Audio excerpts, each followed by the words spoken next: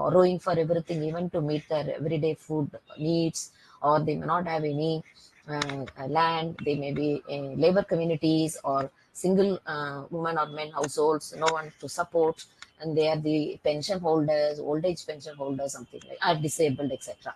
So this is what, if society views everyone as per their needs, then it is equity and fair distribution will happen.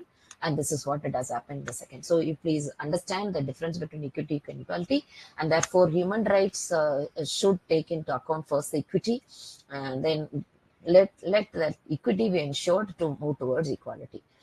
And of course, the other two pictures are the extremes. The one is the first one. The reality is saying that there is huge inequality where one is completely rich 10 times than the one which is the next, and there is one which is negative. So that means that some 20 to 30% of the population are below poverty line or hunger households, whereas the other top 10% or 1,000 times more than that, and they you all know how corporates or rich group and people who are able to build 24 to 30 for family, which is not required actually. And the middle class is always there in the middle class, like it is shown in the middle figure. So there are extremes that one it's very very rich and they spend even 2,000 to 2,000 3,000 per month towards the pet animals. I've been seeing here, and I can quote in my own observation in Delhi. Now it is winter, and that's why I'm wearing the sweater and all. So there are I literally see every day when I was coming to the office or going to the office, the dogs are being given very good coat where they have stitched. They are all the dogs of the respective households there, and during the morning they'll be coming out, I believe. So they would be wearing coat kind of that covering their body, protecting them from the coldness. But you do have in the same city, which is a capital city in India, and the same platform, people lying on the very open group of people. It is the nomads or people who are not able to get any shelter. I wonder, oh, this is happening in the capital city of India. What is there in what is I mean, it is not surprised to see in other cities.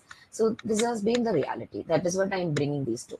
So unless these inequalities, it is not just one equality, it is multiple in terms of this. You can say class means economic inequality, caste also. There is always a relationship or association between caste and class. Whoever are the feudal and landlords, they happen to be the upper caste also. They are right from those days. And now it is a corporate now in the urban context or industrial context. In the agricultural context, it is the landlords. And you have the people who are employed there in the government service, etc. They'll be belonging to the middle class. It is partly rural, partly urban. And the other lot are the poverty-ridden households or low economic base background households. There they will be kind of struggling to meet their livelihood needs, or the both ends meeting itself is a challenge for them. So this is what the caste inequality, and also they are scheduled caste, scheduled tribes, or OBCs. They also belong to that kind of low income categories. And there is also another kind of gender. You can say it is male, female, and transgender. And male continue to the society which is dominant in terms of capitalist or corporate leadership, and therefore also male dominant society where women are always kept secondary to men, and the transgender further down. Excuse me, ma'am. Yes. Ma'am, sorry for the interruption, ma'am. Your Mm. PPT is not moving, ma'am. No, no, I'm still on the first only. Yes, I'm ma'am. I'm Thank you, still ma'am. explaining the picture only. No, I think Yes, ma'am. people Yes, are ma'am. listening Thank you, to. ma'am. So so that it can be either. I mean, focusing on these three divisions only. There will be other multiple divisions. So it can be male, female, transgender. It can be rich, middle, and lower income group. It can be the upper caste, middle caste, and lower caste, or it can be also like the people with ability, proper ability, and disability, and ethnic communities also. You know, Northeast community, Northeast is still not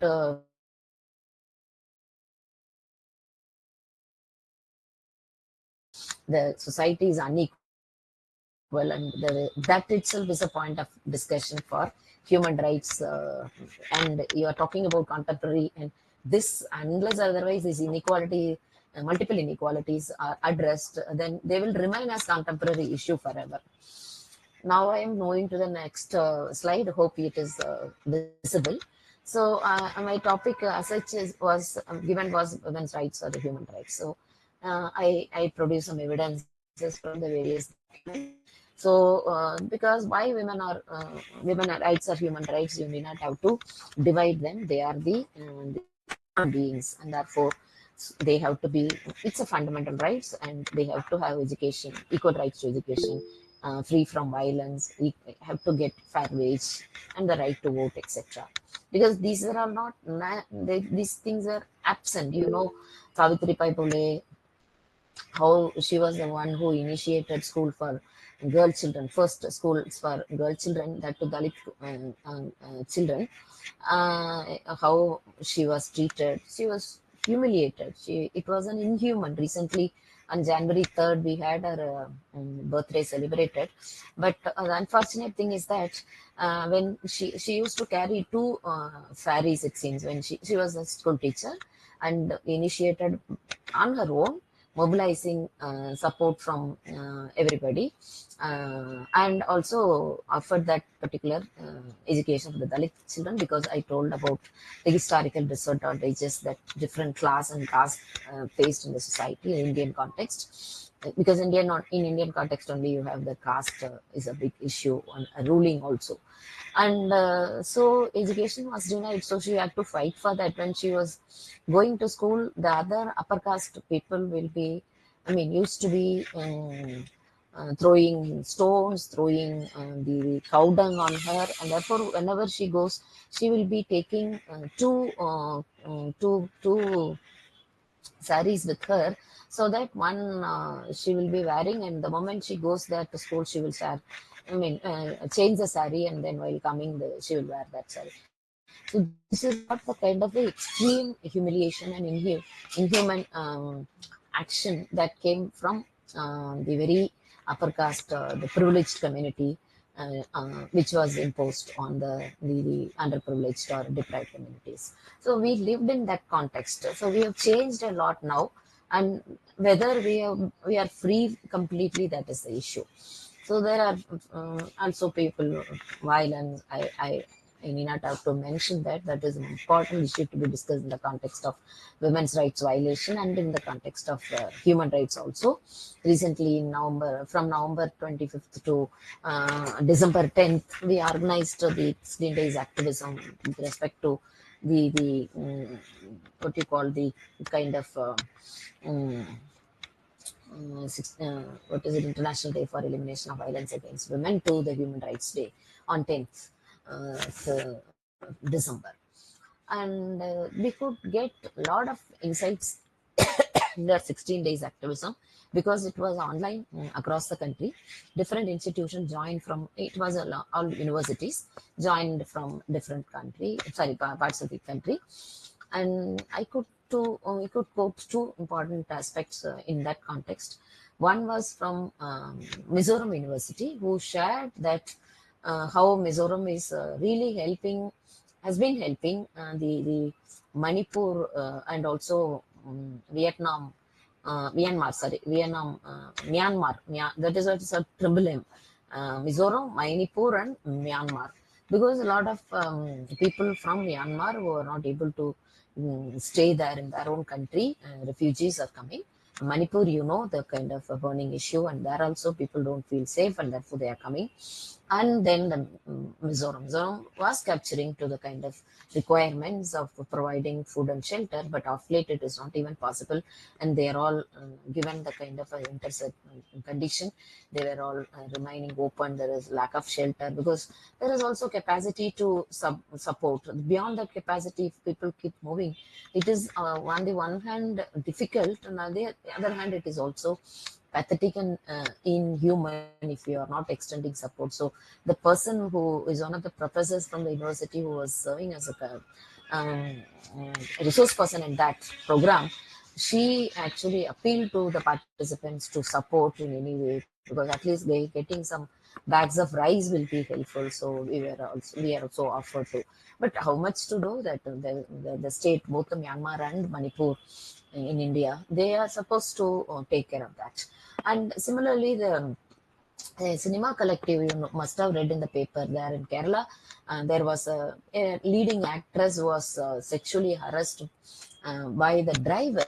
That is what you call sexual harassment at workplaces, which is one of the growing issues. And also, you are not able to control, and many are not getting reported, and even they are, which are reported, also not handled proper. And this sexual harassment at workplace act is there since 2013, after this Nirbhaya incident, and also to make women safe there at workplaces. But unfortunately, that in the cinema there in Kerala, it happened, and a Hema committee report was received, and it was bringing out how every actress or even the support actors also face sexual harassment, sexual violence, and sexual favors to demanded by a lot of people. It's not only the producer or director or actor, co-actor, whatever it may be.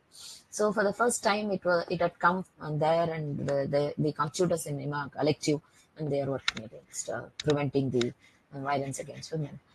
There are a number of such things. I'm just quoting because practically they were witnessed. And so moving, because lack of time, I can't completely go. I don't know. In the morning, we would have had discussion on this Universal Declaration of Human Rights. So many international and global provisions are there to address the issue of the human rights, and no one should be discriminated.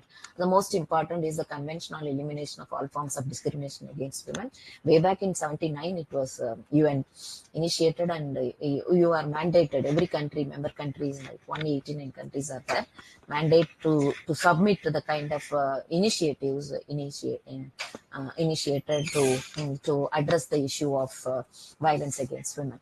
And there are a number of other areas also: Declaration on the Elimination of All Forms of Violence Against Women, Universal Declaration, Convention on Political Rights of Women, then optional protocol that we recently had in 2000.